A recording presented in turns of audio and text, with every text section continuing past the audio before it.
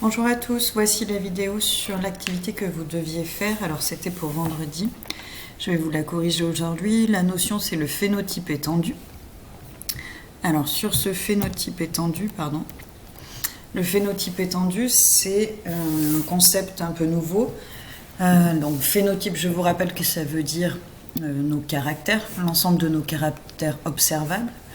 Et on sait, nous, jusqu'à maintenant, on a dit que le phénotype était issu de l'expression des gènes. Alors, on pense aussi que le phénotype, c'est-à-dire ce qu'on observe chez quelqu'un, il peut être étendu à ce que fait ce quelqu'un, son comportement par exemple, et au fait qu'il ait besoin d'éléments de son milieu. Donc on peut parler de phénotype étendu quand on voit des oiseaux construire des nids, par exemple, grâce à des branches, quand on voit des humains s'habiller, quand on voit des êtres vivants qui s'associent en symbiose ou qui s'associent en association parasitaire. Donc on va prendre quelques exemples ici pour étudier le phénotype étendu d'individus qui sont soit en symbiose, soit en relation parasitaire. Je vous rappelle que la symbiose, il faut que l'association elle apporte des bénéfices aux deux, et qu'une association parasitaire, c'est une association dans laquelle il n'y a qu'un des deux partenaire qui tire des avantages à l'association, l'autre il a des inconvénients dans cette association. Alors voilà un premier exemple, c'était l'histoire des gamars. Alors les gamars, c'est ces petits crustacés là qui ressemblent à des crevettes, qui sont mangés par des oiseaux, mais ces gamars, on dit qu'ils peuvent être parasités par des parasites. Alors on vous donnait des noms, là par exemple un acanthocéphale qui s'appelle Polymorphus ou M. papillorobutus, peu importe.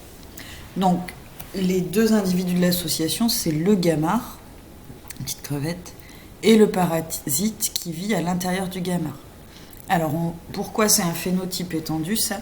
Parce que le fait qu'un gamar soit contaminé par un parasite, ça modifie plusieurs choses. Ça modifie sa couleur, ici on voit qu'il est devenu orange, et ça modifie son comportement, parce que ceux qui sont parasités se mettre à vivre plutôt à la surface, alors que ceux qui ne sont pas parasités vivent plutôt ici, au fond de l'eau.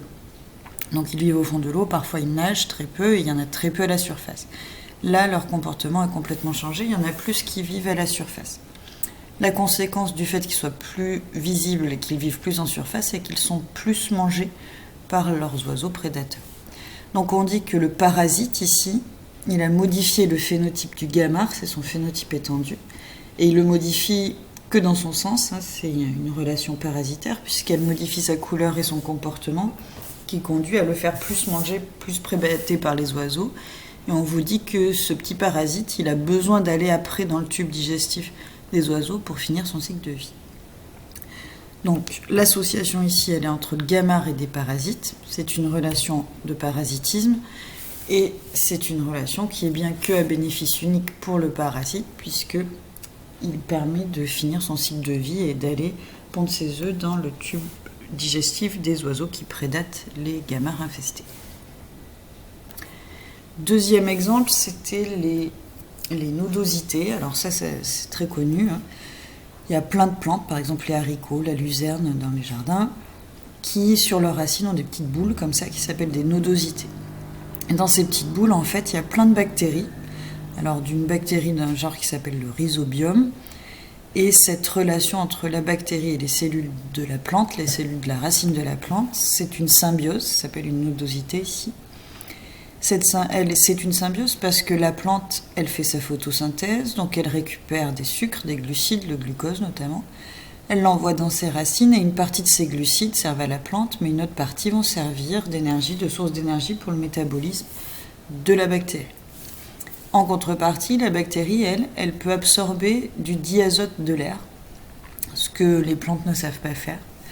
La bactérie, elle sait le faire et elle sait transformer ce diazote en molécule de NH4+. Ce NH4+, il va être donné aux cellules végétales pour qu'elles en fabriquent leurs acides aminés et donc, à la fin, des protéines.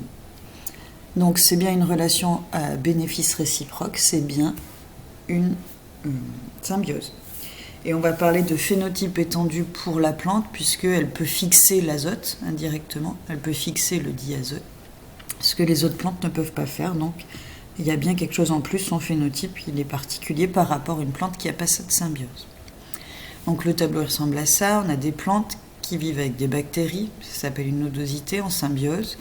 La plante fabrique du glucose par photosynthèse et elle en donne une partie à la bactérie, et la bactérie, elle transforme le diazote de l'air en NH4+, qu'elle donne à la plante pour en faire des protéines. Un autre exemple, c'est ces petites fourmis qui peuvent être parasitées par des vers plats, de la famille des ténias. Et donc ces petites fourmis, déjà la première chose, c'est qu'une fourmi parasitée et une fourmi saine, elles n'ont pas la même couleur. Donc celle-là, elle se voit plus, elle est plus jaune, elle se voit plus que les autres pour les prédateurs. On vous dit qu'elle est moins agressive et du coup, elle est plus souvent mangée par les oiseaux. Donc le fait d'être infectée, pour elle, c'est complètement négatif. C'est bien une relation parasitaire avec son ver. Et c'est bien un phénotype étendu pour la fourmi puisqu'elle a changé de comportement et de couleur. Alors au passage, le ver plat, il modifie le comportement de la fourmi. C'est un avantage pour lui puisqu'il a besoin d'être mangé dans le tube digestif des oiseaux pour pouvoir finir son cycle de vie et produire des œufs qui après seront rejetés dans les déjections des oiseaux, qui seront remangés par des fourmis, ils recoloniseront le tube digestif des fourmis, etc., etc. Donc c'est une relation parasitaire là aussi. Les fourmis, les vers, du parasitisme, avec l'histoire que je viens de vous raconter. Et puis on termine l'exemple avec le dernier exemple avec le microbiote humain. Donc le microbiote humain, je vous rappelle que c'est les micro-organismes, bactéries et champignons qui vivent dans notre tube digestif. Ça s'acquiert à la naissance et puis ça se modifie pendant quelques années. C'est bénéfique pour l'homme parce que les petites bactéries et les champignons de notre tube digestif nous aident à digérer les fibres alimentaires. Ça nous aide à construire notre immunité aussi. Et c'est bénéfique pour les micro-organismes qui vivent dans notre tube digestif puisqu'ils sont nourris par ce qu'on n'a pas encore très bien digéré. Donc c'est bien une relation de symbiose entre l'être humain et son microbiote intestinal. Voilà, je vous remercie, bonne journée et à très vite.